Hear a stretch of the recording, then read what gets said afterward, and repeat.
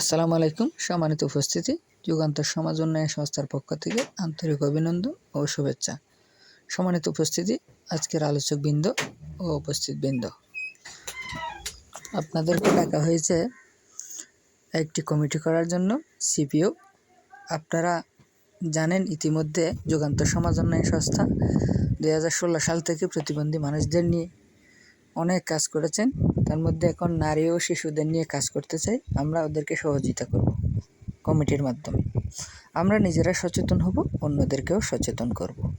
নারী এবং শিশুদের অধিকার কী তা সম্পর্কে আমরা খুব ভালো করে আজকে আলোচকবৃন্দদের কাছ থেকে শুনব।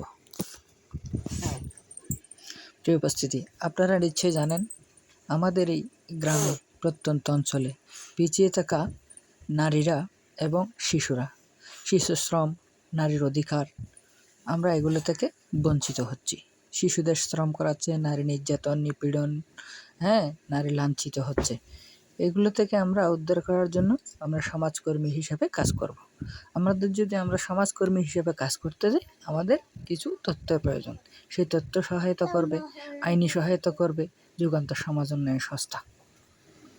তো পাশাপাশি আমাদের তরফ থেকেও, আমাদের কমিটির তরফ থেকেও আমরা এদেরকে সহযোগিতা করব। পাশাপাশি আমার গ্রামের, আমার অত্যন্ত অঞ্চলের, আমার সমাজের আমরা নারী এবং শিশুদেরকে সহযোগিতার হাত বাড়াবো। ইতিমধ্যে আপনারা জানেন যুগান্তর সমাজ উন্নয়ন সংস্থা প্রতিবন্ধী ব্যক্তি অধিকার সুরক্ষা আইন 2013 আমাদের সংসদে পাশ হয়েছে। সেই আইনের ধারা নিয়ে প্রতিবন্ধী মানুষদের অনেক কিছু করেছেন, প্রতিবন্ধী মানুষদের নিয়ে সংগঠিত করেছেন, প্রতিবন্ধী মানুষদের অনেক সেবা দিচ্ছেন। তার মধ্যে ফলপ্রসূ হলো এই বাঁশখালী অ্যাপেক্স বডি, আজকের এই অফিসটা, এই সংগঠনটা সম্পূর্ণ যুগান্তর সমাজ উন্নয়ন সংস্থা ও আমাদের সিডিডির মাধ্যমে আমরা সংগঠিত করতে পারলাম।